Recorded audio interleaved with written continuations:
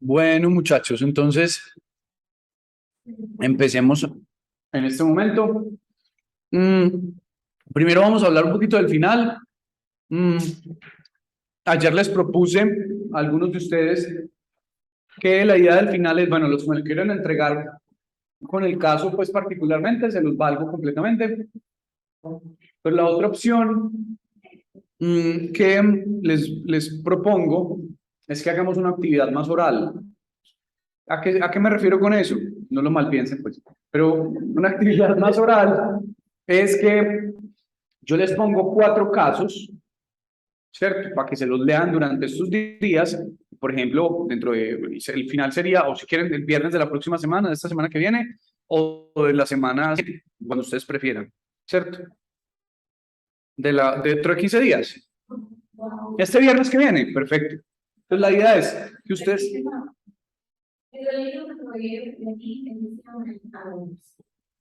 Listo. Entonces dentro de 8 días nos vemos. El viernes, sí, el viernes. Y la idea es que entonces yo esta semanita ya mismo les mando los casos, se los mando al WhatsApp, de más o menos unos 4 casos para que se lean los 4 casos. Y el objetivo es que el viernes, ¿sí? Hablemos de todos esos casos. ¿Listo? Que cada uno me pueda decir, ve, profe, estuve revisando el DSM, yo creo que este caso es de esto, este otro caso es de esto otro, ¿cierto? Que podamos conversar y de alguna manera pues hacer el ejercicio más oral de conversación sobre los casos.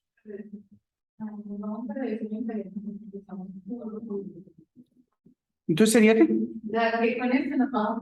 Ah, sí, sí. Si les parece, lo hacemos así.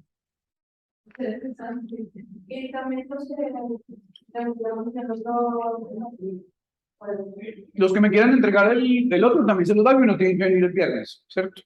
Como prefieran. Sí, no hay problema. Profe, Ujú. qué pena, ¿me podría contextualizar?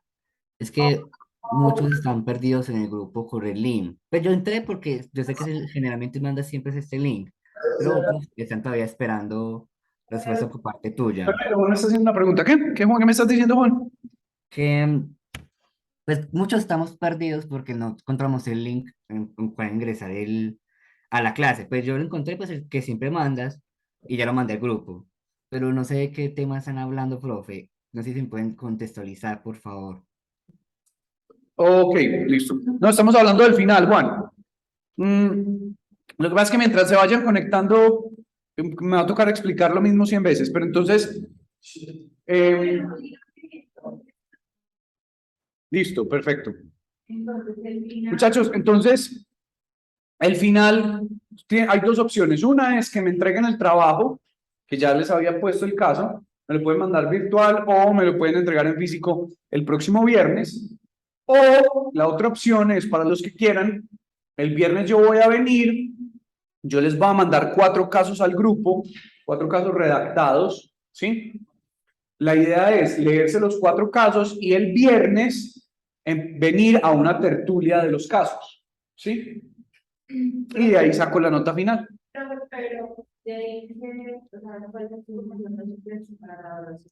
No, no les voy a poner ítems. Quiero que de alguna manera hagamos el ejercicio de, ve, es que este caso, profe, el primer caso que nos mandaste para mí, creo que puede ser una enuresis por esto, por esto y por esto.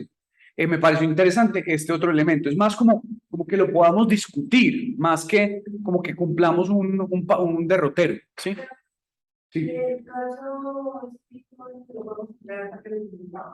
Claro que sí, me lo pueden entregar, claro. Ujú.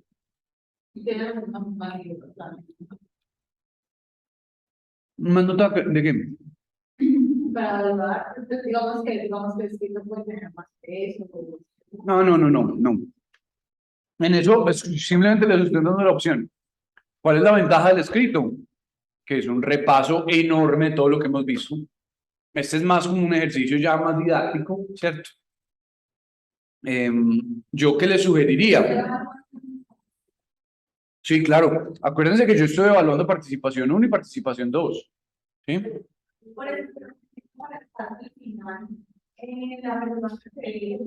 Ujú. Total, total. Ujú.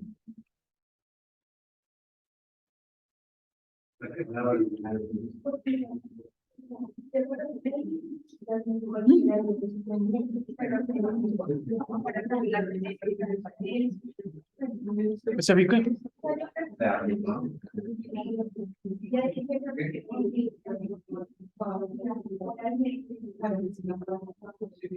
¿Cuánto sacas en la canción? ¿Qué? Eso fue que hay otro Stephanie por ahí. De pronto fue que me confundí. Ni siquiera me dijiste, me hubieras dicho Stephanie, porque tú has participado mucho. Mm, Escribe por WhatsApp para yo ponerte la nota, para revisar pues el Excel y ponerte la nota. ¿Listo?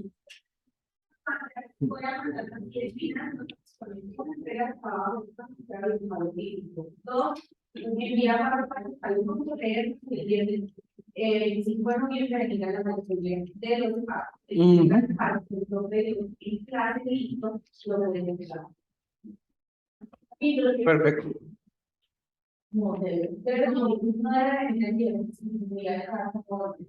no debe venir. Sí, si se entrega el caso virtual, no tiene que venir.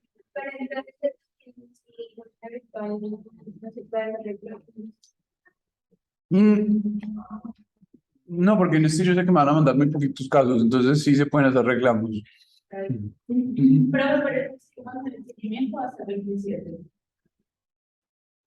Seguimiento hasta el 27. Sí, sí, el video.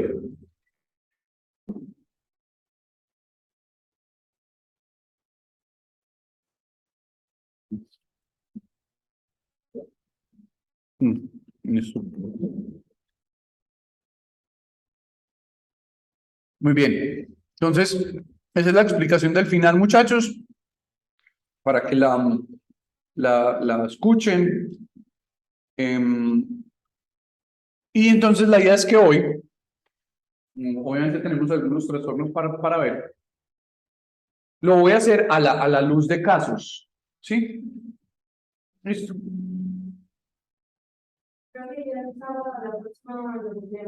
No, ya no tendríamos clase.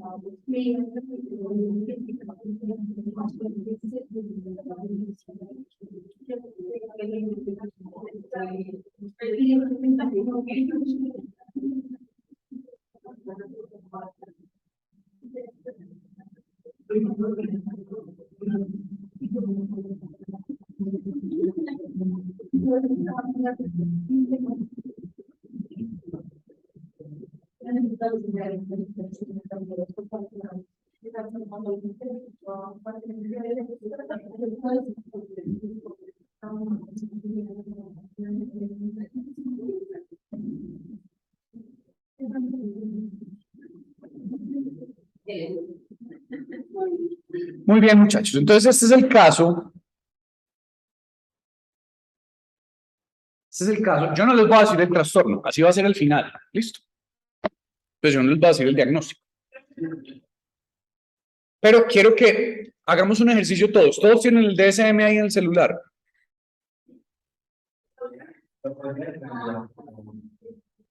Ujú. Hola Pedro, buenos días. Hola, Ana. Profe, ¿puedes repetir lo que dijiste? Es que acabé de entrar. Pues Mm, resumidamente, ya está, ya solo mandaron escuché un lo de WhatsApp con Ortega. todo. ¿Cómo? Ya mandaron un WhatsApp con toda la información. Ah, listo. ¿Listo? Voy a ver. De Bueno, una. gracias. Sí.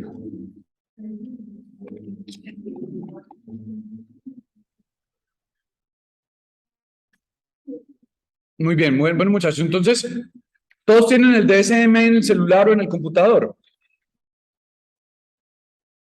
Muy bien, váyanse todos para el apartado de trastornos disruptivos del control de los impulsos y la conducta.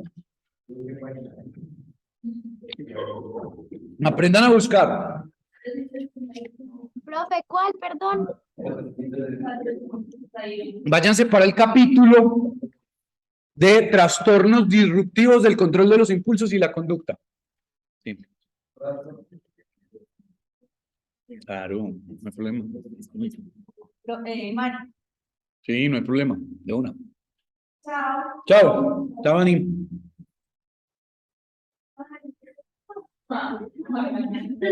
Listo, todos ya llegaron al capítulo.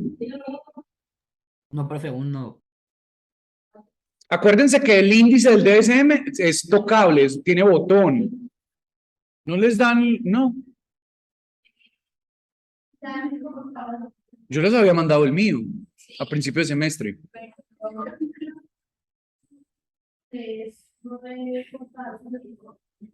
Sí, el azulito, ese fue el que les mandé yo. Ah, pues que ustedes están mirando el texto revisado, el de inglés. Abran el del español, no tienen que poner el texto revisado todavía, pues eso no, ahí no hubo cambios.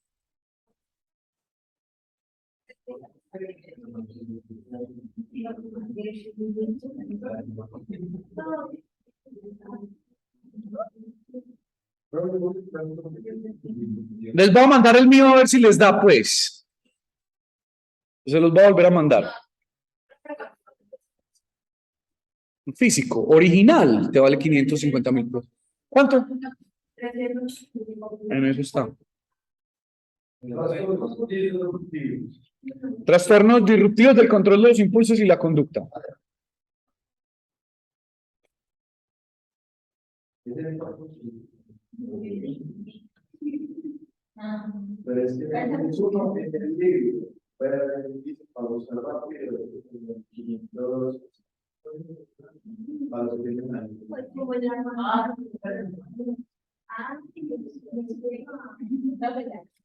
Les voy a mandar el mío de todas maneras. ¿Listo?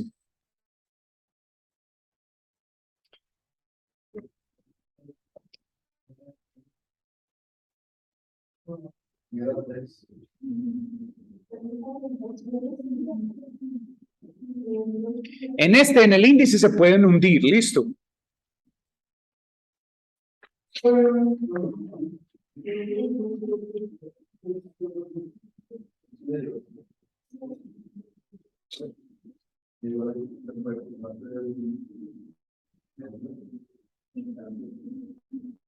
Muy bien. Entonces, fíjense que ahí están todos los trastornos que les mencioné ayer, ¿cierto? Quiero que se tomen el tiempo de ir dándole una mirada a los criterios diagnósticos. Yo les voy a leer un caso y ustedes me deben decir, mirando los criterios diagnósticos, ¿a qué diagnóstico se ajustaría? De pronto, el trastorno explosivo, el trastorno... De ese grupo, cualquiera de ese grupo. Les voy a leer un caso, ustedes me dicen a cuál de todos de ese grupo se ajusta. Listo, entonces para que vayan leyendo los criterios. Listo. De los de ese capítulo, sí, de trastornos disruptivos. Bueno, muchachos, entonces les voy a leer el caso. ¿Sí?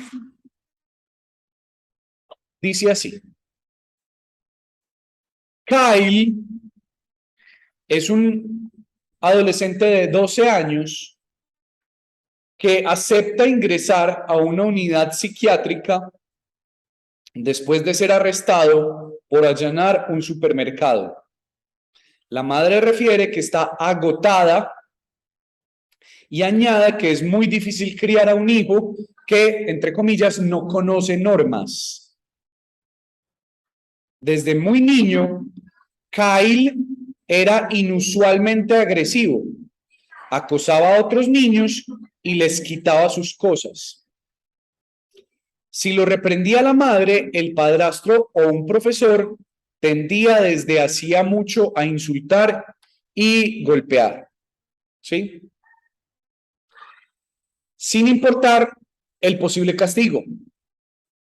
Siendo disruptivo, impulsivo e inquieto, a Kyle le diagnosticaron TDAH y lo llevaron a un programa de educación especial en segundo grado. En cuarto grado empezó a acudir semana a semana a un psiquiatra para recibir psicoterapia y medicación. Le diagnosticaron quetiapina y dexmetilfenidato. El cumplimiento fue solamente esporádico con la terapia y la medicación. Al preguntarle, dijo que el psiquiatra era un idiota. Durante el año previo al ingreso, lo habían pillado robando en las taquillas del colegio.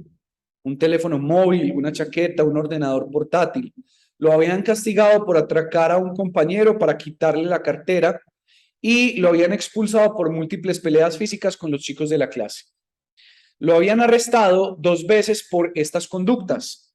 La madre y los profesores coincidían en que, aunque podía mostrarse encantador con los extraños, la gente enseguida se daba cuenta de que era un tramposo. Kyle no tenía nunca remordimientos ni mostraba culpabilidad, ni le importaban los sentimientos de los demás. Era desorganizado, no le interesaban ni atendía a las instrucciones y perdía constantemente sus pertenencias. En general, no hacía sus deberes y cuando los realizaba, el rendimiento era errático. Al ponerle delante su mal rendimiento, tendía a decir: ¿y qué vas a hacer? ¿Pegarme un tiro? Kyle, su madre y los profesores coincidían en que era un solitario y no caía bien a sus compañeros. Kyle vivía con su madre, su padrastro y 2 medios hermanos más pequeños que él. El padrastro estaba en paro y la madre trabajaba de cajera a tiempo parcial en un supermercado. El padre biológico estaba en la cárcel por posesión de drogas. Los 2 abuelos tenían antecedentes de dependencia a el consumo de OH, de alcohol. Los antecedentes remotos de Kyle eran normales. El embarazo había sido normal y el desarrollo había transcurrido conforme a lo previsto. No había antecedentes de abuso sexual ni de maltrato físico. Kyle no tenía enfermedades ni abusaba del alcohol u otras sustancias, ni era miembro de pandillas. Nunca lo habían atrapado con armas, ni había provocado incendios, ni se había mostrado especialmente cruel con otros niños o con animales. Habitualmente faltaba al colegio, pero ni se había fugado ni volvía a casa ya entrada la noche. Al entrevistarlo en la unidad de psiquiatría, el aspecto de Kyle era el de un chico de 12 años informalmente arreglado, mostraba nerviosismo y hacía contacto ocular de forma esporádica. Dijo que estaba loco e insistió en que prefería ir a la cárcel antes que ir a un psiquiátrico. Dijo, además, en un tono elevado de voz, que prefería definitivamente no estar internado. Hablaba en este tono de voz elevado, pero el discurso era coherente y pragmático, a velocidad normal. El afecto era irritable y enfadado. Negó tener ideas de suicidio ni de homicidios. También negó tener síntomas psicóticos. Dijo que no se sentía deprimido. No tenía déficit cognitivos evidentes, aunque no quiso someterse a pruebas más formales neuropsicológicas. La introspección era limitada y el juicio escaso, según la anamnesis del paciente. Muy bien. Diagnósticos, muchachos. ¿Y por qué? Sí, introspección limitada y juicio escaso. Profe, Hola. profe, ¿Por qué la explosión intermitente? Porque primero tiene lugar con problemas. Realizar emisión verbal y tiene que un trabajo sobre el comportamiento que provoca la discusión.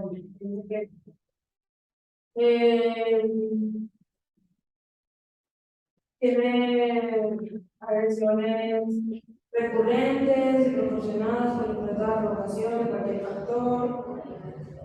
No son premeditados producto de los arrebatos, y los arrebatos agresivos recurrentes provocan un marcado malestar en el individuo y los otros. Porque cuando ya dice que llegó al centro estaba ansioso. Tienen una edad cronológica más de 6 años, y no se explica por consumo de drogas porque no consume drogas. No tiene Alzheimer, ni tampoco tiene un trauma cronocefálico, ni dice que no está depresivo, dice que no tiene trastorno bipolar. Y está relacionado con un diagnóstico de TDAH. De TDAH. Ok, ¿qué otras opciones de diagnóstico ven dentro de esta categoría? Lo que pasa es que, no sé, se menciona mucho el robo, y esa no lo cubre. ¿El qué? El robo. El robo. Y lo cubre pero ella no usa sexualmente nada. Pero muy importante, lean muy bien lo que dice, ¿cuántos se tienen que cumplir? En el trastorno de la conducta, ¿cuántos se tienen que cumplir?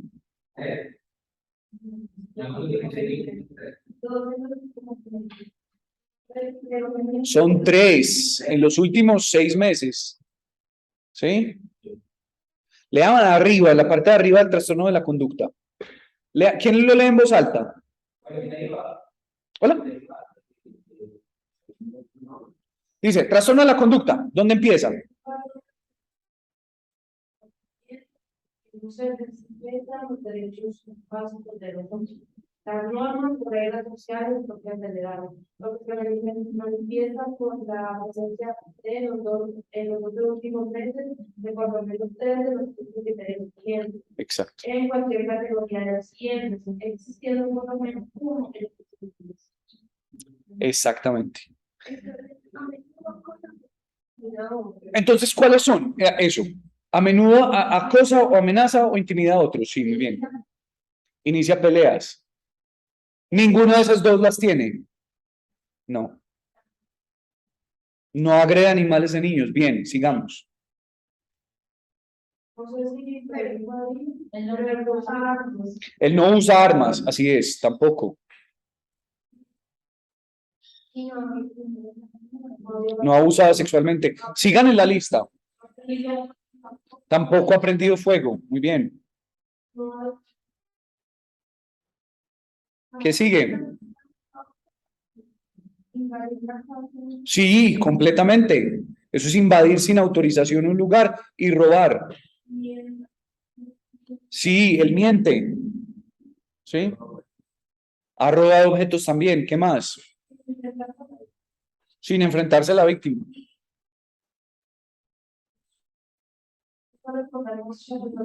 Profe, Ujú, pues, sí.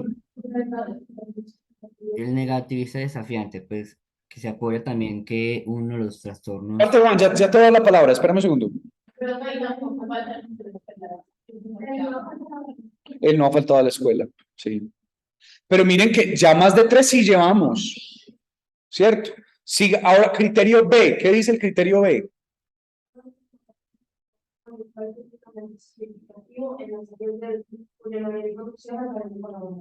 ¿Lo cumple? ¿Cierto? Ok. Pero me parece muy interesante lo que había dicho Daria. ¿Por qué descartaríamos el explosivo intermitente? El explosivo. Porque, a ver, digamos que él no ha abusado de nada, pero el abuso sexual es solo uno para poder cumplir de los 3.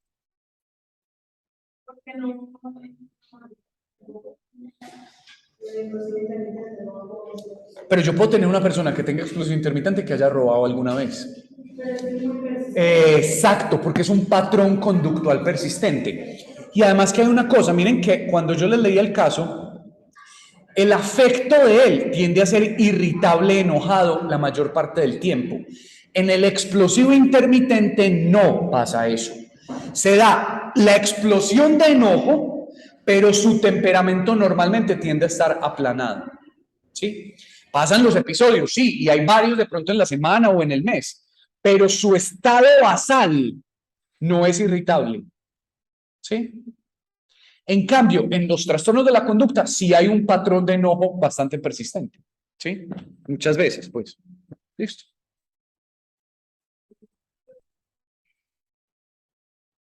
Son explosiones de ira, pero son en el momento en el que ocurre la explosión. Pero tienden a aplanarse en el afecto. ¿Sí? Es muy momentáneo, así es, así es. ¿Sí?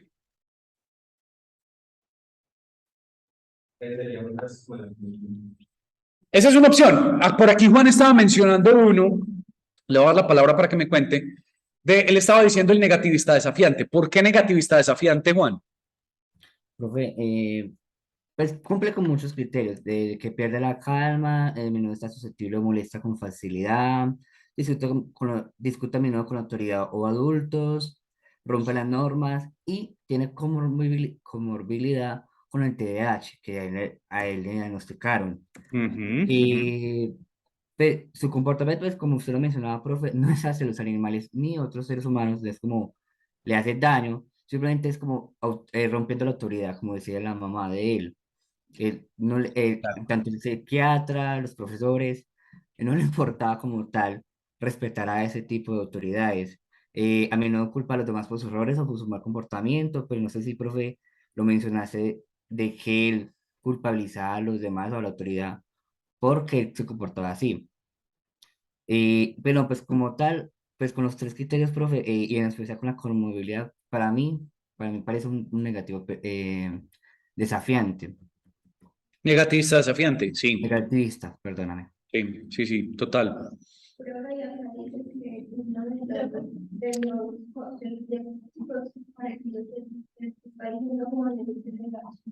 Claro, por supuesto. Pero yo quiero ¿quién lee los criterios del negativista desafiante completo? Si desean, profe, yo se los leo.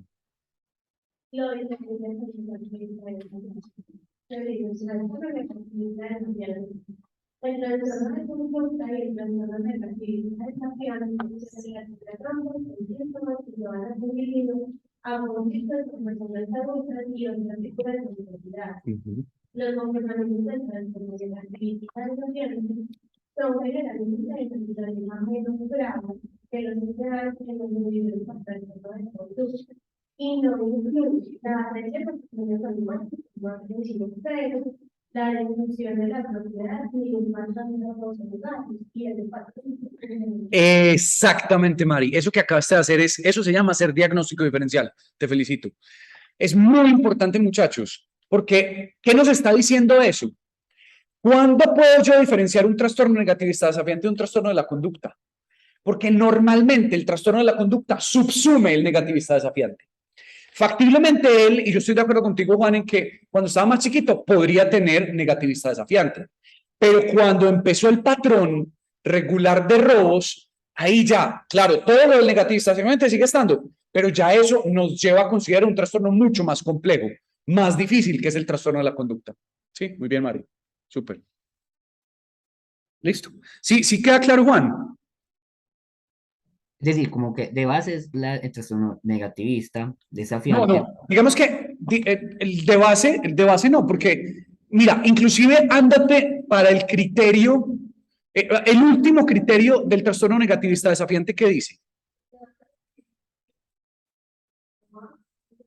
Dígame, no ha sido vengativo en los últimos 6 meses. Eso. ¿Y el anterior qué dice?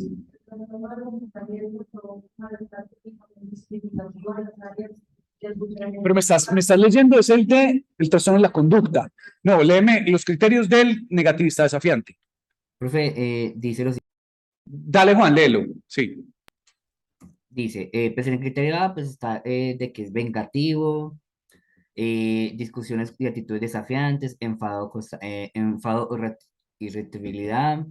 El ítem B dice, ese trastorno de comportamiento va asociado a un malestar en el individuo o en otras personas Total. en su entorno social inmediato, puede ser Sí. familia, grupos amigos, compañeros de trabajo, o tener un impacto negativo en las áreas social, educativa, profesional o otras importantes. Total, eso está en todos los Pero trastornos, total, sí. el criterio se dice, los comportamientos no aparecen exclusivamente en el transcurso de un trastorno psicótico, un trastorno por consumo de sustancias, un trastorno depresivo o uno bipolar. Además, no se cumplen los criterios de un trastorno de regulación disruptiva del estado del ánimo. O Muy sea que bien. no es del momento, sino que es constante, su conducta es constante. Sí, y particularmente pasa una cosa, mira que lo que dicen al final, y sobre todo que si lees en el criterio, como en el apartado de diagnóstico diferencial del Sí. DSM, en trastorno negativista desafiante o en el trastorno de la conducta, la gran diferencia está en que lo que hace un negativista desafiante también lo puede hacer una persona con trastorno de la conducta. Lo que pasa es que el de la persona con trastorno de la conducta lo lleva a un extremo mayor de disfunción. Y además hay patrón repetitivo de robos, por ejemplo, o de abuso sexual. ¿Sí? ¿Es claro? Eso. Entonces, el diagnóstico que por lo menos por ahora estamos evidenciando, aunque no haya todos particularmente que se describen, pero sí cumplimos 3 o más. Es trastorno de la conducta, así es un trastorno de la conducta. Sí, yo tengo TDAH. Terminamos siendo unos psicópatas, sí. Sí. Bueno, no, más o menos se calcula, los que, sobre todo, el riesgo mayor de los niños con TDAH de desarrollar conducta antisocial es cuando no reciben tratamiento. ¿Cierto?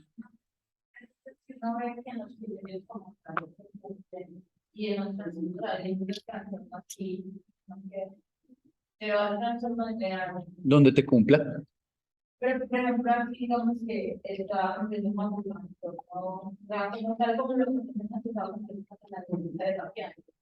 Pero llegamos a la comunidad de Por eso es muy importante lo que hizo Mari. Si tú te vas para el apartado, ahí en el DSM, donde dice diagnóstico diferencial,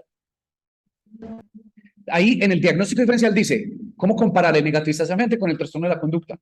Y ahí te especifican cómo orientarte en ese caso. ¿Sí? Por eso es muy importante también el apartado de diagnóstico diferencial. ¿Sí? Profe, pero ¿por qué trastorno de la conducta? ¿Él ha tenido daño hacia animales, profe? ¿O ha utilizado algún arma? Lo que pasa, Juan, es que yo quiero que leas el primer párrafo en los criterios del trastorno, el trastorno de la conducta. Lee el primer párrafo que dice. Léelo en voz alta. Del criterio A. Sí, el criterio A, sí. Ok, ya voy a...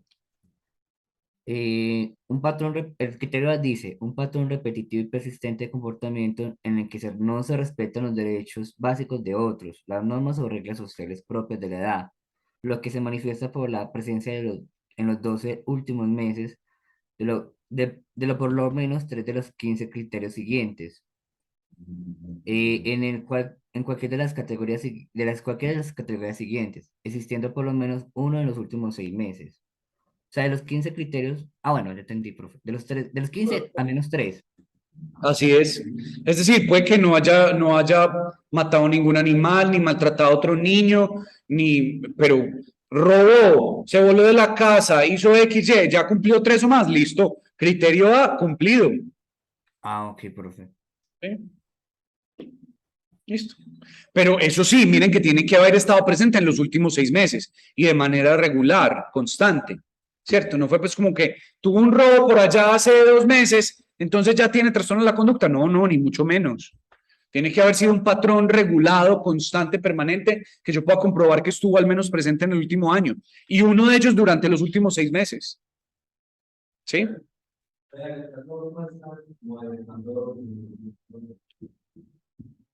No, no, no. Lo que pasa es que mire que sí decía que desde muy pequeño tenía dificultades con la norma.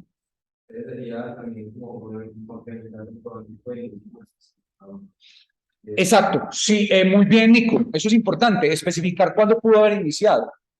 Si vemos que factiblemente desde muy pequeño ya tenía dificultades con la norma, pero no se especifica desde cuándo empezó el patrón de robos constantes y permanentes. Solo decía en los últimos años. En los últimos años no sabemos si fue hace 2 años, 3, 4, ¿sí? De inicio no especificado, ¿sí? Listo.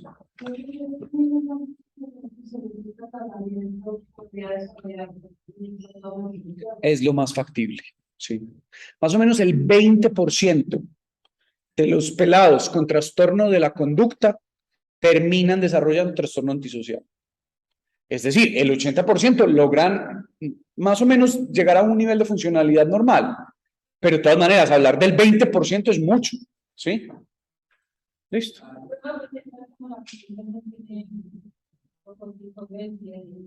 Sí lo tiene, pero en los especificadores. Si te vas para los especificadores, te dice de tipo de inicio de ta. Debajito de los criterios diagnósticos. De tipo inicio infantil, de tipo inicio adolescente. Sí, listo. Bien. Bueno, muchachos, otro caso.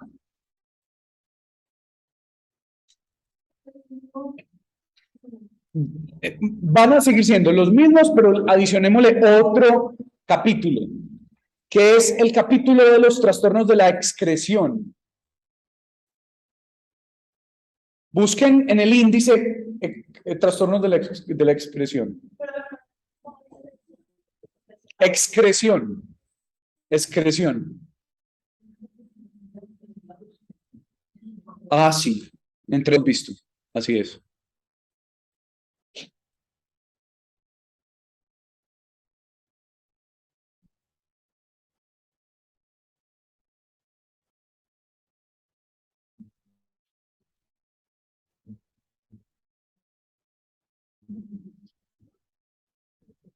Muy bien. Entonces, el caso dice así. Zach es un niño de 8 años al que la madre lleva a la consulta de psiquiatría porque cada vez tiene más rabietas y síntomas somáticos sin causa aparente. La madre refiere que los síntomas parecen relacionados con las noches. ¿Qué pasa en casa de una tía? Otra madre soltera con un niño de edad parecida a la de Zach. Había estado muy unido a la tía desde que nació y desde hacía poco dormía en su casa todos los viernes porque la madre trabajaba ese día en el turno de la noche. Desde 2 meses antes de la consulta, Zach se quejaba los viernes de náuseas y dolores de cabeza, diciendo que la casa de la tía era asquerosa.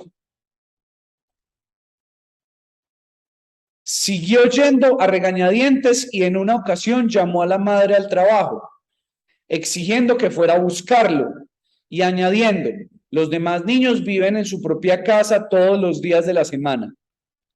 Desde hacía unas semanas, Zach gritaba y se escondía cuando llegaba la hora de ir a la casa de su tía. La madre empezó a preocuparle que a Zach le hubiera pasado algo en alguna de las visitas. Se esforzaba en entender por qué Zach no ponía objeciones a ver a su tía y a su primo en ningún otro sitio, ni a que el primo durmiera en su casa. Solamente era tener que ir a la casa de su tía. Su hermana había sido siempre una buena madre y siempre estaba en casa cuando el sobrino dormía con ella. Tenía un novio, pero a Zach parecía gustarle. De hecho, a Zach le gustaba especialmente ir al parque o a jugar con la pelota con el primo y el novio de su tía. Zach no había tenido nunca problemas de separación, conductuales o emocionales especialmente importantes. Había cumplido todos los hitos del desarrollo puntualmente. Nunca había ido al médico aparte de las visitas periódicas y de un mal resfriado que tuvo a los 3 años. Sin embargo, Zach no había adquirido la continencia nocturna y mojaba la cama unas 2 veces por semana. No tenía síntomas miccionales diurnos ni estreñimiento. El pediatra les había dicho que esto era normal a la edad de Zach. La madre no le había dado nunca mucha importancia y Zach jamás había expresado que se sintiera mal al respecto. Por el lado de la madre, en los antecedentes familiares no había problemas psiquiátricos. Ella misma explicó que su desarrollo había sido normal según le habían dicho. La madre sabía poco del desarrollo de los antecedentes familiares del padre de Zach y no había vuelto a verlo desde que Zach nació. Durante la exploración del estado mental, Zach se mostró colaborador y su aspecto era el de un niño bien nutrido y bien cuidado. No le resultaba difícil separarse de su madre. Tras un periodo inicial de calentamiento con el entrevistador, empezó a hablar de forma espontánea, con un vocabulario apropiado para su edad, mantenía el contacto ocular correcto para sus años, el afecto era al principio levemente ansioso, pero se tranquilizó rápidamente. La ansiedad reaparecía únicamente al hablar de las noches que dormía fuera. Zach se removía algo nervioso, miraba menos a los ojos y se mostraba levemente irritable hacia la madre. Al preguntarle por las camas mojadas, Zach pareció sentirse avergonzado. Dijo que había mojado la cama en casa de su tía algunas veces y que tanto el primo como el novio de su tía le hacían bromas al respecto. La tía había intervenido, pero Zach dijo que le daba miedo que pudiera volver a ocurrir. Diagnósticos. Enuresis. Enuresis, eso es muy fácil, ¿cierto? Es muy, muy fácil. Acuérdense que hay enuresis diurna, enuresis nocturna. Pero en el caso del nocturno, Diurna y nocturna. Pero también hay enuresis primaria y enuresis secundaria. ¿Cuál es la diferencia entre la primaria y la secundaria? La primaria es que él nunca controló los esfínteres desde chiquito. La secundaria es que había aprendido a controlarlos, pero volvió a perder la facultad. Eso es la secundaria. En este caso sería enuresis nocturna de tipo primario, porque él nunca controló los esfínteres por la noche. ¿Listo? ¿Es claro? Ese sí no está difícil, ese es muy fácil, ¿cierto? ¿Y qué es la encopresis? Heces fecales, ¿cierto? También puede haber diurna, nocturna, pero hay una clasificación muy importante en la encopresis. Y hay encopresis con estreñimiento por desbordamiento y encopresis, yo se la saco. Esperen.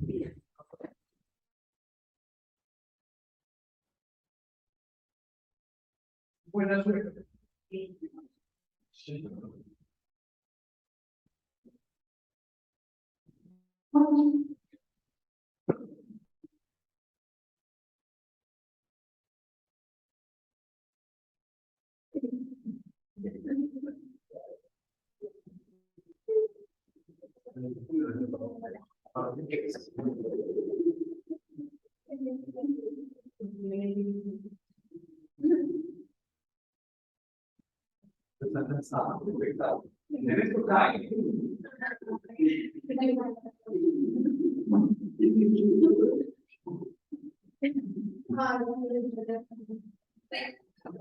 ¿Ya? ¿Se fue? Sí, ya. Entonces, en la encopresis, que es de heces fecales, puede haber con estreñimiento por desbordamiento o sin estreñimiento con desbordamiento. ¿Ya vieron ahí la diferencia? Está explicada. Y es que yo puedo tener un episodio de encopresis porque pues llevo aguantándome las ganas de entrar al baño 4 horas del partido de fútbol, pues que un partido durara 4 horas, pues, pero pongamos que durara 4 horas, llevo aguantándomelo las 4 horas, llega un momento en que no aguanto más, se aliviana el esfínter y salen todas las heces fecales. Eso es un episodio de encopresis con estreñimiento por desbordamiento, ¿sí? Listo. ¿Es claro eso, muchachos? También puede haber de tipo primario, de tipo secundario. Primario es que nunca aprendí a controlar esfínteres rectales. Secundario es que había aprendido a controlarlos y perdí la facultad de hacerlo otra vez. ¿Listo? Muy bien. Vámonos para otro apartado. Trastornos de ansiedad. Profe, antes de continuar, Sí, la enuresis de él no era, pues a mí me pareció recordar de que cuando estaba en Gabriel decía que pues, muchas veces en neuresis, perdón, se vienen pues, están relacionados o simplemente es un síntoma de algún abuso, de alguna, sí, como un tipo de abuso infantil. Entonces, había que ver qué le hacían en la casa de la tía. Pues, el primito, el novio de la tía, o sí, algo. pero mira que digamos que en la descripción, sí, Pero particularmente cuando es tema de una voz que ya controlaba espíritus y deja de controlar espíritus por el tema de la voz. es de tipo secundario, así es. Y sí, eso es lo que dice Daria, es verdad. Normalmente en los casos de abuso es más de tipo secundario, no de tipo primario, como es el caso de este paciente, de Zach. Y lo otro es que en el caso, mira, que especificaban que él tenía una buena relación con el novio de su tía, con su primo, que le gustaba jugar, que tampoco rechazaba la presencia de ellos. Era más por la vergüenza que sentía cuando se había orinado donde su tía, que se le habían burlado de la orinada, ¿cierto? Era más por esa situación, ¿cierto? Entonces, eso es cierto. De todas maneras, lo que tú dices es importante, Juan. Normalmente la enuresis y la encopresis, las dos, pueden estar asociadas a situaciones de abuso sexual, pero pues digamos que en este caso pues no tenemos más evidencia. Por ahora podemos decir que hay una enuresis. ¿Listo? Ah, listo, profe, gracias. Muy bien. Ya todos están en trastornos de ansiedad. Los 2 primeros trastornos. ¿Listo? Por separación y mutismo selectivo.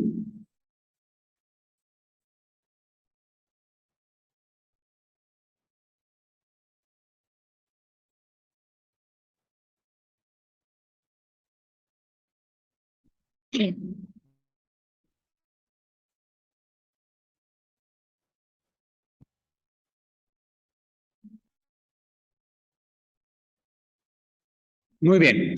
Dice así: Logan es un chico de 12 años de edad, al que derivan a una consulta de salud mental por presentar ansiedad de larga evolución ante la idea de perder a sus padres y desde hace relativamente poco tiempo por la posibilidad de contraer una enfermedad grave, Pero cuando se fue la que fallezcan sus papás. ¿sí? No han fallecido, que tienen temor a que lleguen a fallecer, ¿sí? 12 años.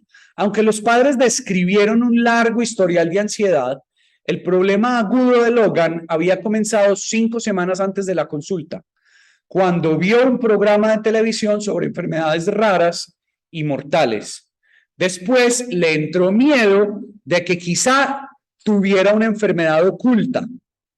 Los padres refirieron 3 crisis de pánico en el mes anterior, caracterizadas por ansiedad, mareos, sudores, sensación de falta de aire, ¿sí?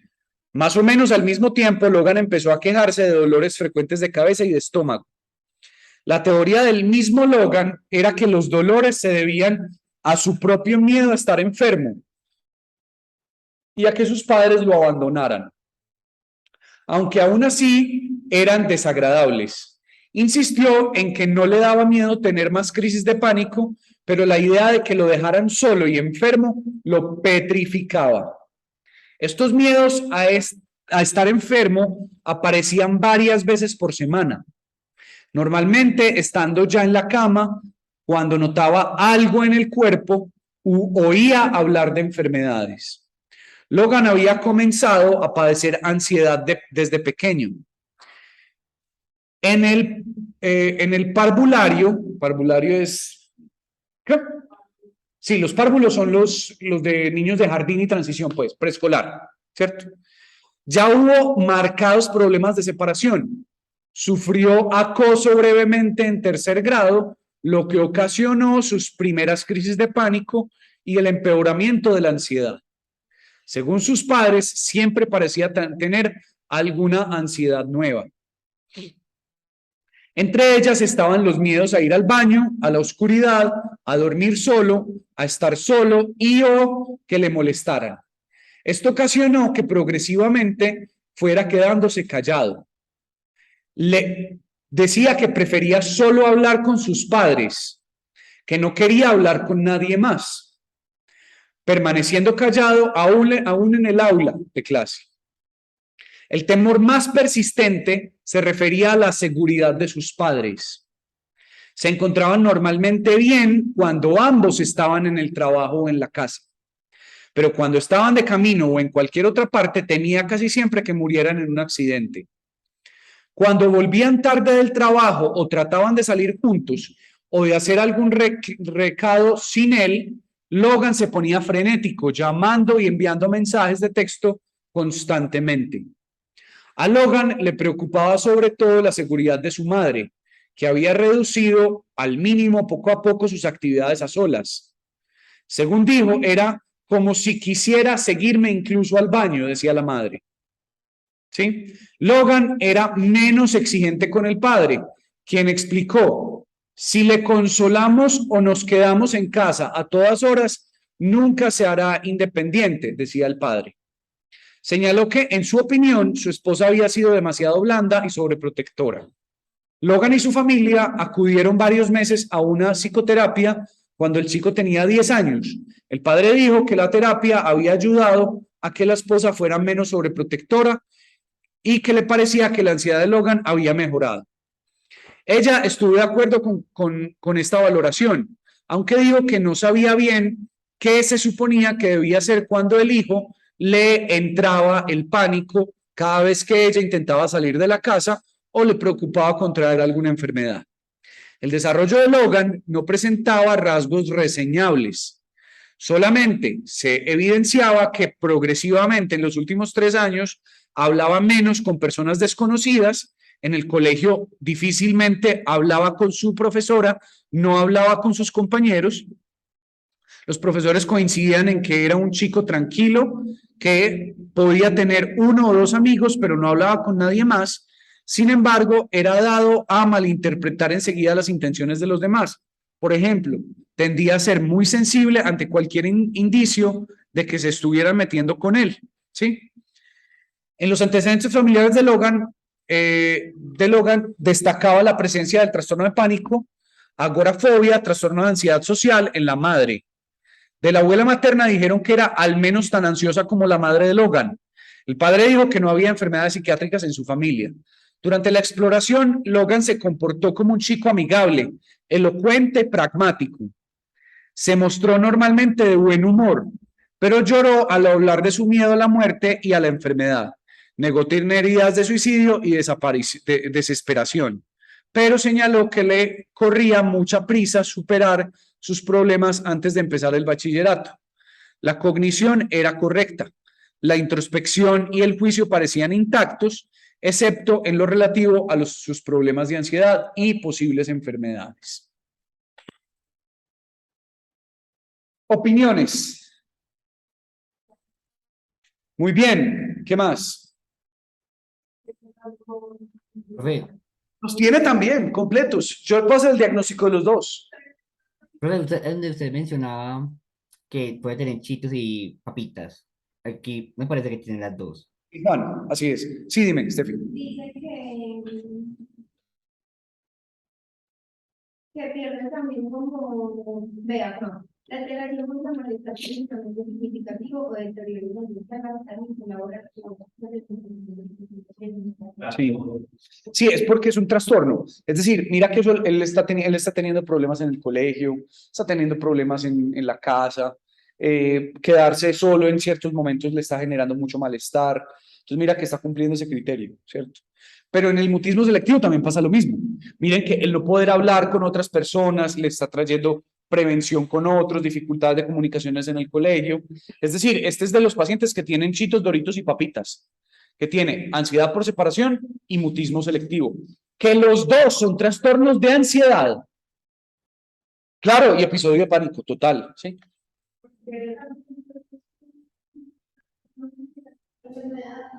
Trastorno de ansiedad por enfermedad, así es. Pero miren que aquí hay una cosa, y es que la ansiedad por enfermedad de él, ahí está el diagnóstico diferencial. Si ustedes se van para ansiedad por separación y buscan el diagnóstico diferencial con ansiedad por enfermedad, dice lo siguiente, y es, yo únicamente le tengo miedo a las enfermedades si esa enfermedad implica que me voy a alejar de mis cuidadores. De resto no le tengo miedo. Eso es ansiedad por separación, no ansiedad por enfermedad. ¿Sí? Entonces miren que el motivo del miedo a la enfermedad es por la separación, que sería consecuencia de la enfermedad, no por la enfermedad en sí misma. ¿Sí? ¿Listo? Entonces por eso de base sería más una ansiedad por separación, aunque esto se puede convertir perfectamente en una ansiedad por enfermedad porque se puede generalizar. Sí. Dice, los individuos con trastorno de ansiedad por enfermedad muestran preocupación para el enfermedades, pero su preocupación principal es el diagnóstico y no el balance de los tipos de autismo. Ese es el de separación. No, no, Yo les muestro. Entonces, claro, pero lo están diciendo en el diagnóstico diferencial de cuál, de separación. Entonces, mira lo que dice. Los individuos con trastorno de ansiedad por enfermedad muestran preocupación por si padecen ciertas enfermedades. Pero la principal preocupación de separación, ¿cierto? Es el diagnóstico médico en sí mismo y no separarse de las figuras de apego, de la enfermedad. Entonces, en el de enfermedad, el diagnóstico es lo que me preocupa, no separarme de las figuras de apego. En el de separación, la preocupación es separarme de las figuras de apego y la enfermedad me puede generar eso. Porque ahora está con la hora de que se va a enfermar, lo que le preocupa es que se va a enfermar. Así es, así es, así es. Pero podría generalizarse, que le termine teniendo miedo a cualquier tipo de diagnóstico también. Eso puede pasar. Miren que estos son trastornos de ansiedad, ¿cierto? Un patrón, miren, un componente genético alto, la mamá pues tiene diagnóstico de ansiedad social, agorafobia, trastorno de pánico, que también son trastornos de ansiedad, ¿sí?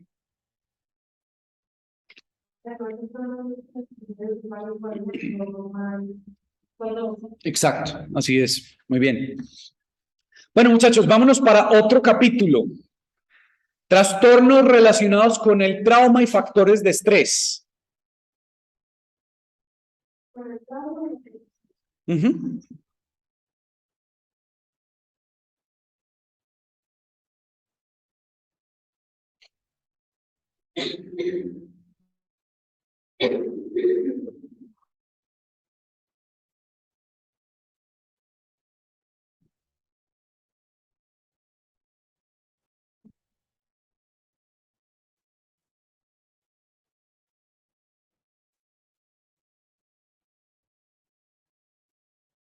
Profe, ¿trastorno de qué?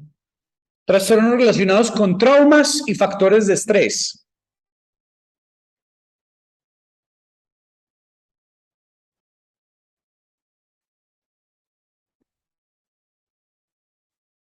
Especialmente los dos primeros. Trastorno por apego reactivo y trastorno de relación social que se eliminan muy bien. Estos. ¿Sí?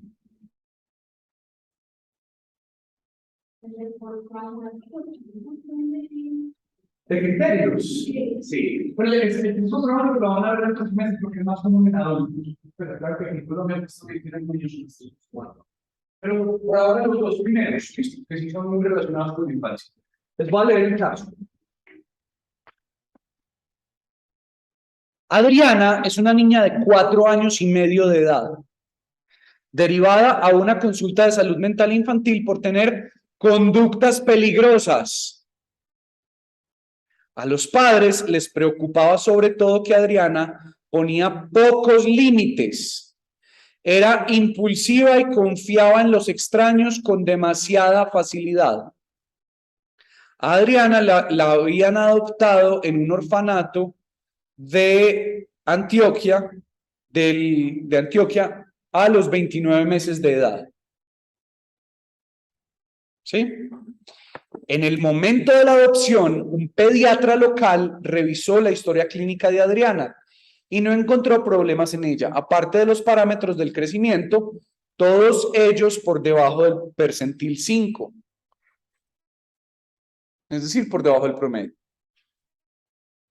Cuando los padres adoptivos la conocieron en el orfanato, ¿sí? Adriana se acercó a ellos sin ninguna timidez y se mostró distendida. O sea, como abrácenme, cójanme, levántenme, todo, ¿cierto? Los padres quedaron agradablemente sorprendidos por el aspecto feliz de la niña y sus cálidos abrazos espontáneos. Poco después de la adopción, Adriana empezó a buscar claramente consuelo en la madre cada vez que se angustiaba o se hacía daño. Sin embargo, en muchas otras ocasiones, Adriana no distinguía entre los extraños y la familia. En la frutería se abrazaba cariñosamente a cualquiera que estuviera junto a ella en la cola de espera. En los grupos y en familia trataba con frecuencia de sentarse en el regazo de personas que apenas lograba conocer. Sí. Sí, a ella la adoptaron a los 29 meses y estuvo esos 29 meses en un hogar, en un orfanato. ¿Sí? Una vez en un centro comercial trató de marcharse con otra familia. A los padres les preocupaba que este comportamiento pudiera llevar a que la secuestraran o maltrataran. En comparación con otros niños de su edad, a Adriana le costaba esperar su turno y participar en las actividades en círculo del colegio. Interrumpía, invadía el espacio de juego de sus compañeros y a veces pegaba a otros niños. Pequeñas cosas la alteraban largos periodos de tiempo. Le costaba calmarse sola, pero no cuando la abrazaba la profesora o uno de los padres. Adriana vivía con sus padres adoptivos y un hermano de 12 años de edad, hijo biológico de la familia. La madre se había quedado en casa durante el primer año de Adriana en Estados Unidos, pero el pasado año la niña había asistido a un programa de guardería de media jornada aquí en Medellín. La madre notó que el desarrollo de la niña había mejorado, aunque seguía habiendo retraso del lenguaje, siendo la comprensión mejor que la producción. Tardó más que los otros niños en alcanzar las aptitudes necesarias para comunicarse con facilidad. Las habilidades motoras gruesas y finas se consideraron dentro de la media. El sueño y el apetito eran normales. Había ganado peso, aunque el perímetro de la cabeza seguía justo por debajo de la línea amarilla. Durante la exploración se observó que se trataba de una niña agradable, bien arreglada, que parecía más joven de lo que era. Hablaba poco, pero parecía prestar atención al entrevistador. o a los pocos minutos también intentó subirse al regazo del psicólogo. Listo.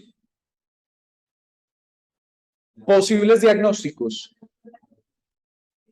Trastorno de la relación social desinhibida. ¿Qué comparten el de apego reactivo y el de relación social desinhibida?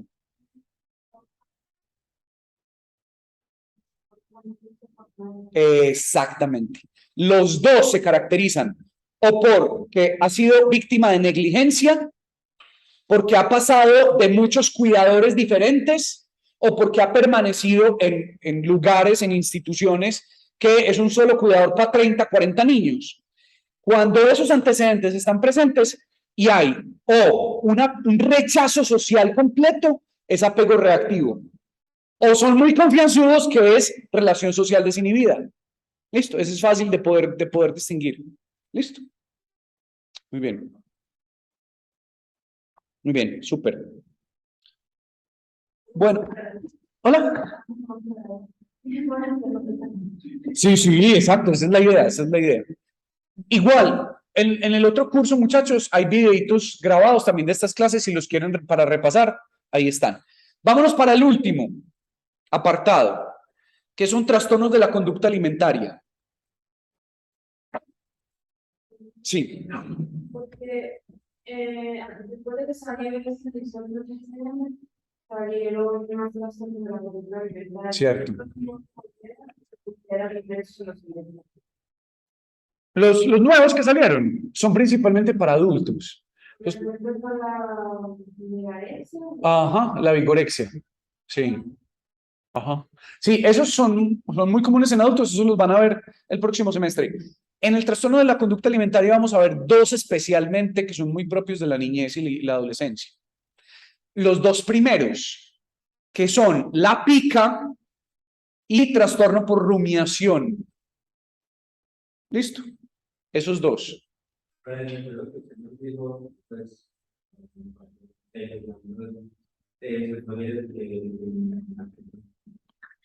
Pues para los que lo vayan a hacer, esa es una posible hipótesis. ¿Sí? Listo.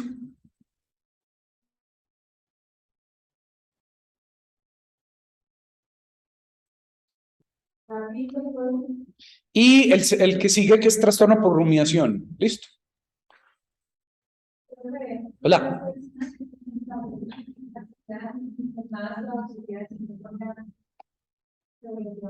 No, normalmente la pica es de lo que más rápido se resuelve.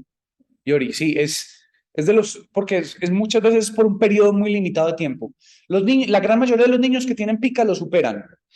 Y el otro periodo en donde es común que aparezca la pica es en el embarazo. Las mujeres embarazadas sufren de pica. Empiezan a comer ladrillo, borrador, cera de oído, ¿cierto? Hojas. No, eso se llama onicofagia. Y la onicofagia es una ventaja evolutiva humana.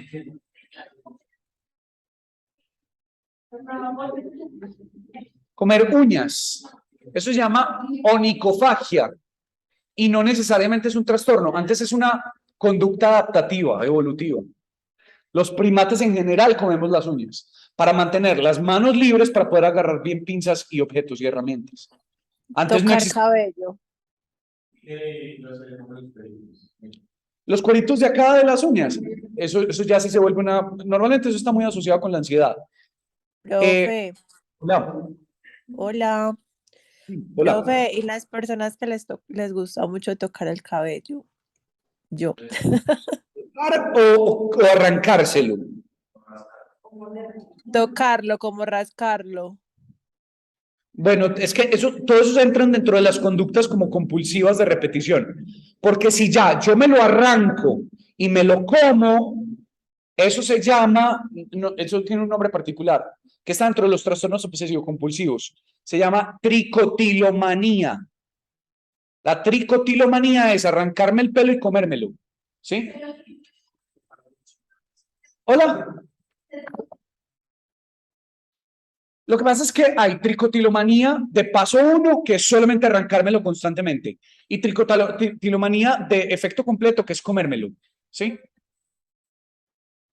Que también se arranca en la piel para comérsela, por ejemplo. Que eso se llama trastorno por excoriación. Entonces, excoriación es quitarme la piel. Esto es excoriación, ¿cierto? Pero si además me la como, eso se llama dermotilomanía, que también está dentro del grupo de los trastornos obsesivo-compulsivos. Claro, eso porque la costra es un tipo de piel, ¿cierto? Es un tipo de dermotilomanía, ¿sí? Saben muy bueno, pues, pero pues hacen daño. ¿Hola? Sí, está dentro de los trastornos obsesivo-compulsivos. ¿Sí?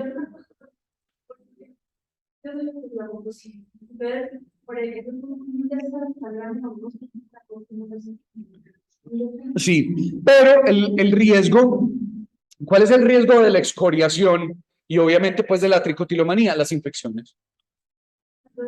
Las infecciones, porque yo estarme quitando la piel, pues la piel me protege de las bacterias que yo tengo en las uñas, ¿sí? Que naturalmente las tengo y que no pasa nada que estén ahí, pero el problema es si entran a mi sangre, ¿cierto? Ah, sí, sí. La gente se las vive quitando, ¿cierto? La idea es no quitárselas, ¿sí? Sí.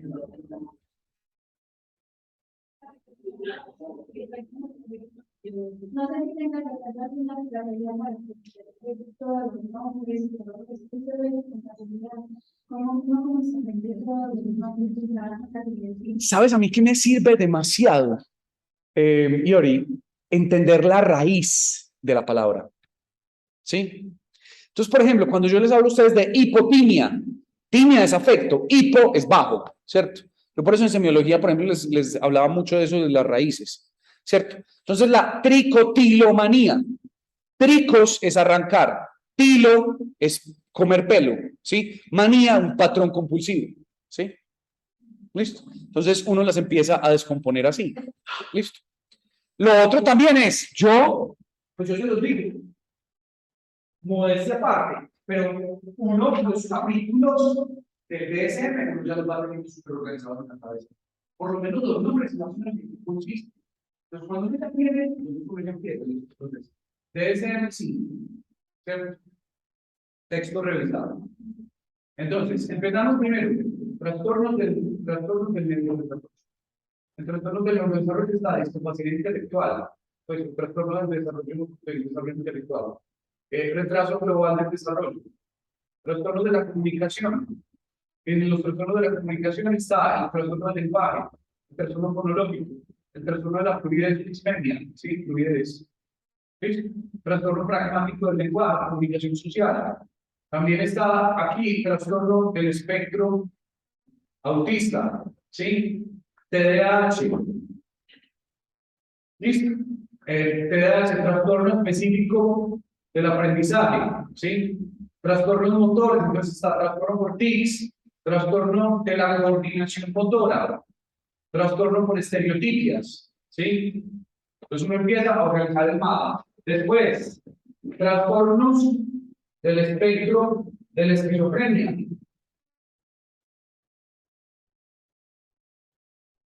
Entonces, está trastorno psicótico breve, ¿sí? Está esquizofreniforme.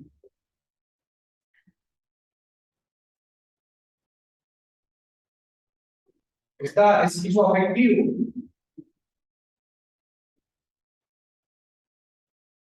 ¿Sí? Está esquizofrenia. Trastorno delirante. Si tú a mí me preguntas cuáles son los criterios diagnósticos del esquizofreniforme que se diferencian del esquizoafectivo, yo no te los sé redactar completos, pero yo sé que el esquizofreniforme es que tiene una forma relativamente normal por periodos, y el esquizoafectivo es que tiene algo que ver con el afecto. Claro, es la mezcla entre una esquizofrenia y el trastorno bipolar.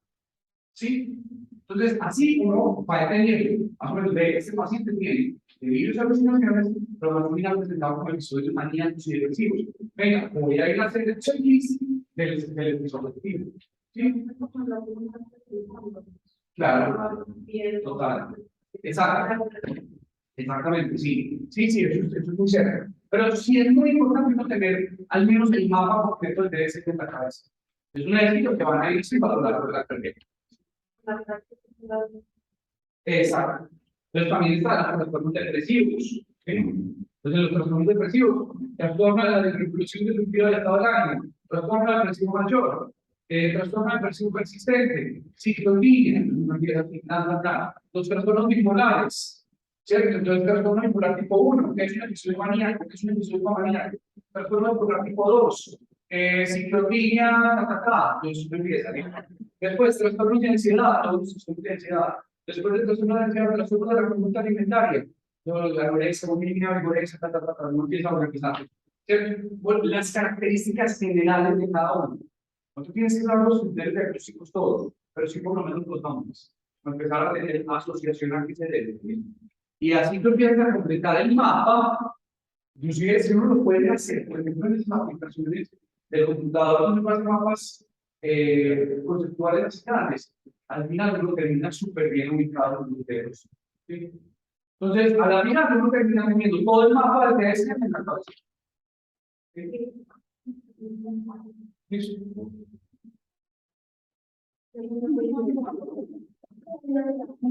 Pero muchachos, no se tiren duro, ustedes están en cuarto semestre, ¿cierto? Váyanlo repasando, estudiando, van a ver psicopatología 2, ahí van a aprender muchos más, sobre todo asociados a los adultos. En neuropsicología se ven otros que también son muy propios de la función neuropsicológica, ¿cierto? En intervención van a ver más, van a profundizar. Les puedo garantizar que si son juiciosos organizando el mapa, ya no va a haber términos que no conozcan, ¿sí? Ustedes están viendo, no, yo no les doy psicopatología 2. Psicopatología 2 se las da Paula, por la Galindo. Súper buena. Ella los lleva al hospital mental, cuando vean el módulo de esquizofrenia. ¿Sí? Es súper chévere. Yo les doy o neuro 1 o neuro 2, una de las dos. ¿Sí? No creo, Nico, no creo que me pongan a dar las dos.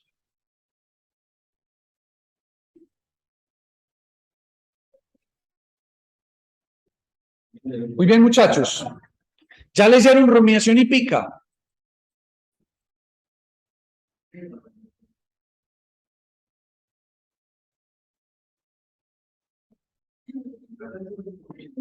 Sí, hagan el ejercicio de hacer el mapa. Créanme que eso le ayuda a uno demasiado.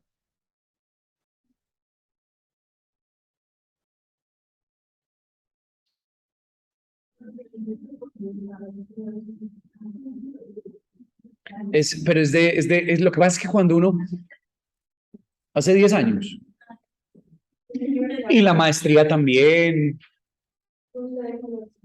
Yo soy de la bolivariana pregrado, pero de bolivariano uno no aprende nada de clínica, nada. O sea, si uno quiere dedicarse a la clínica, no se vaya para UPB. No, ellos son muy social, pura psicología social. Pero social de la vieja, ni siquiera la que estamos enseñando ya hoy, que es una psicología social súper buena, súper aplicada. No, eso era como una social crítica y como una filosofía medio antigua de yo no sé quién, de Heidegger y yo no sé qué.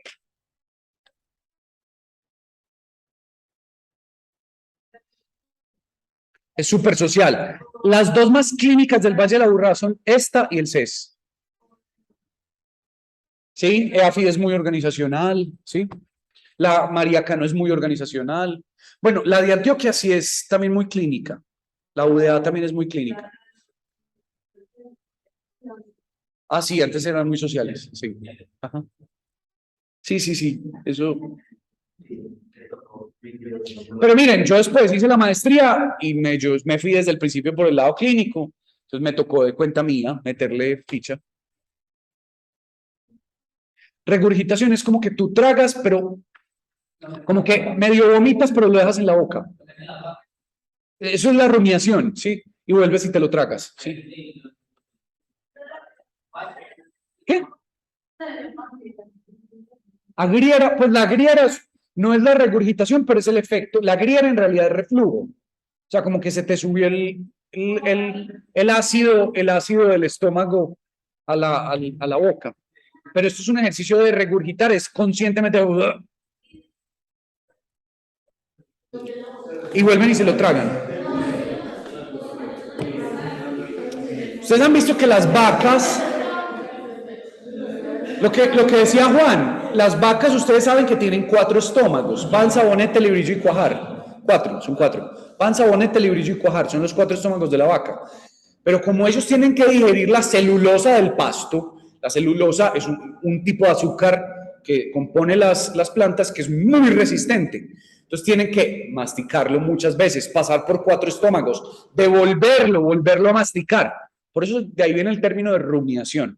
La rumiación a nivel psicológico lo utilizamos para 2 cosas. Una, el trastorno de la conducta alimentaria que están leyendo ahí. Y 2, cuando hablamos de rumiación cognitiva en los pacientes ansiosos, cuando uno le da muchas vueltas a un pensamiento. ¿Listo? Sí. ¿Qué cosa? Sí. Lo que pasa es que es el mismo tubo gástrico, pero son 4 sacos. Son 4 sacos. Entonces, viene el esófago de la vaca, primer saco, que es la panza, se vuelve y se cierra, segundo saco, bonete, se vuelve y se cierra, tercer saco, librillo, vuelve y se cierra, último saco, cuajar, y ahí empieza el intestino delgado. ¿Sí? Son los 4. ¿Sí? Ellas liberan mucho metano, claro, total. Sí, ellas son altamente contaminantes para efecto invernadero. ¿Sí? Muy bien. ¿Ya leyeron los 2? Muy bien. Ya terminamos. ¿Sí? Bueno, igual ahí quedan los videos del otro curso también, muchachos. Véanlos. Para mí lo más importante es que aprendan a manejar el DSM, eso es una ganancia gigante, y que no vean la psicopatología únicamente como establecer diagnóstico. La psicopatología es análisis de factores de riesgo, de antecedentes médicos, de antecedentes familiares, toxicológicos. Todo eso le da más claridad a uno para tener formas de intervenir y diagnosticar. ¿Listo? Muchachos, un placer. Nos vemos el viernes. Entonces, los que vengan al final, yo ahorita les mando los casos. ¿Listo? Chao. Juan. Chao. Dime, Steffi. Sí. Sí, dime.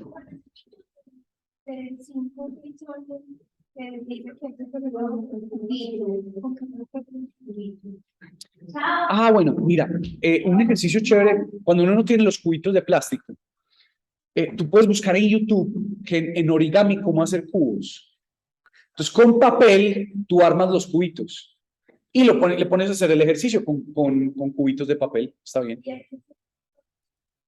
Sí, eso sí. O por lo menos, y no se lo tienes que aplicar directamente al niño.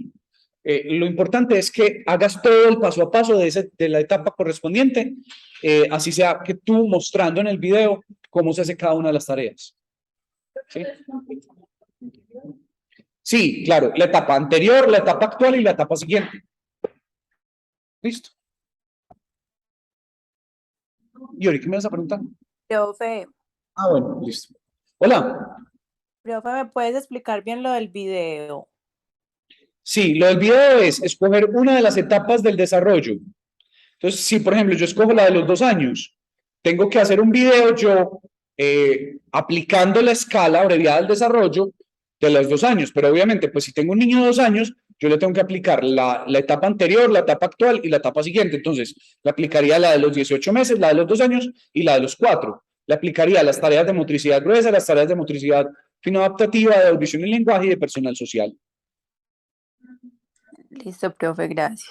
Y o sea que al final es ir pues los que quieran ir a la tertulia y llevar 4 casos, tengo entendido. Yo les mando los 4 casos ahorita para que los lean. Se lean los 4 casos y venir a discutir los 4 casos acá. Listo, profe, gracias. Mucho gusto. Profe, es cierto que en los 4 casos uno le puede llevar los diagnósticos como tal. Y puedes pensarle los diagnósticos y venir a discutirlos acá, ¿sí? Listo. Lo importante es la argumentación que traigan acá. Listo. Ah, listo, profe, muchas gracias. Con gusto. Muchachos, feliz tarde. Chao.